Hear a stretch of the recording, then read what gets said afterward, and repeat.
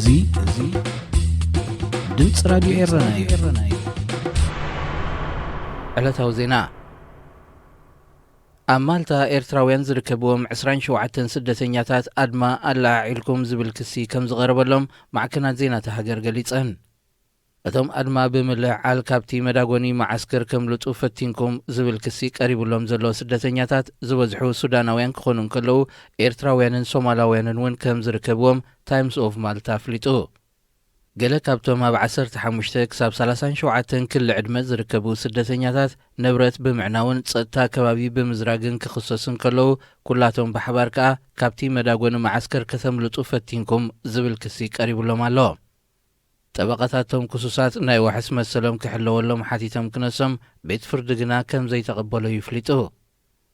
ኣብ ዝተፈላለየ ሃገራት ዝርከቡ ስደተኛታት ግቡእ ክንክን ክረኽቡ ዘይጽበይዎ እኳ እንተኾነ ኣብዚ ለበዳ ኮቪድ-19 ተስፋሕፊሕሉ ዘሎ እዋን ግና ንህይወቶም ኣብ ሓደጋ ዘእቱ ኣታሕዛ ብተደጋጋሚ ይርእዩ ከም ዘለዉ ብዓውታ ጥርዓኖም ከቕርቡ ጸኒሖም እዮም።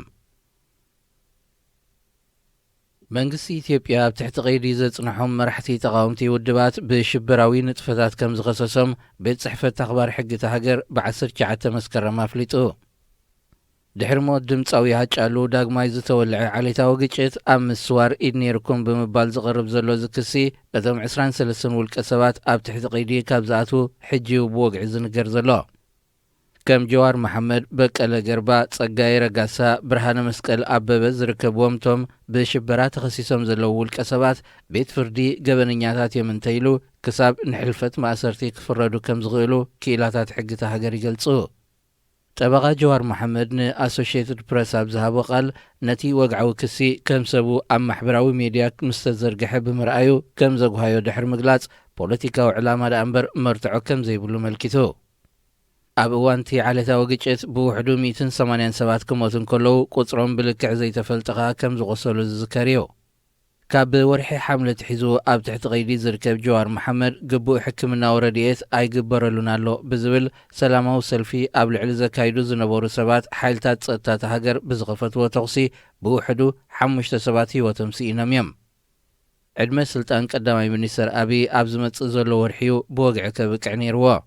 እንተኾነ ብሰንኪ ለበዳ ኮቪድ-19 እቲ ሓፈሻዊ ምርጫ ንዘይተወሰነ እዋን ብምስግጋሩ እቲ ቀዳማይ ሚኒስተር ንክንደይ እዋን ኣብ ስልጣን ክጸኒሑ ብወግዒ ዝተሓበረ ነገር የለን። ሱዳን ድሕሪ 23 ዓመታት ንመጀመርያ ግዜ ኣምባሳደር ኣብ ሕቡራት መንግስታት ኣሜሪካ መዚዛ። ሱዳናዊ ኣምባሳደር ኑረዲን ሳቲ ብሓሙስ 17 መስከረም ናብ ፕሬዚደንት ትራምፕ ወግዓዊ ናይ ስራሕ ወረቐቱ ረኪቡ። ኣሜሪካን ሱዳንን ነዚ ዝሓለፈ 25 ዓመታት ሻርጅ ዳፌር ዳእምበር ብደረጃ ኣምባሳደር ዝምድና ይጸንሐንን።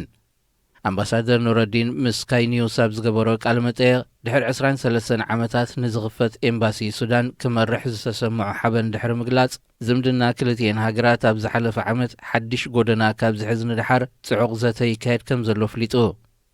ኣሜሪካ ንሱዳን ካብ መዝገብ መወልቲ ሽበራውያን ከተውፅኣ ሱዳን ከዓ ነቲ ኣብ 1998 ኣብ ኬንያን ታንዛንያን ዝርከብ ኤምባሲታት ኣሜሪካ ዝተኻየደ መጥቃዕቲ ንቤተሰብ ግዳያት ካሕሳ ዝረኽብሉ መንገድታት ኣብ ምይጥ ከም ዘሎ ጸሓፊ ጉዳያት ኣሜሪካ ማይክ ፖምፔዮ ምግላጹ ዝዝከር እዩ። ክቡራት ሰማዕትና ዜና ብዝተፈጺሙሎ ሬድዮ ኤረና ሬድዮ ኤረና ካብ ከተማ ፓሪስ ዝመሓላለፍ ብኤርትራውያን ጋዜጠኛታት ዝዳሎ ነፃ ሬድዮ እዩ።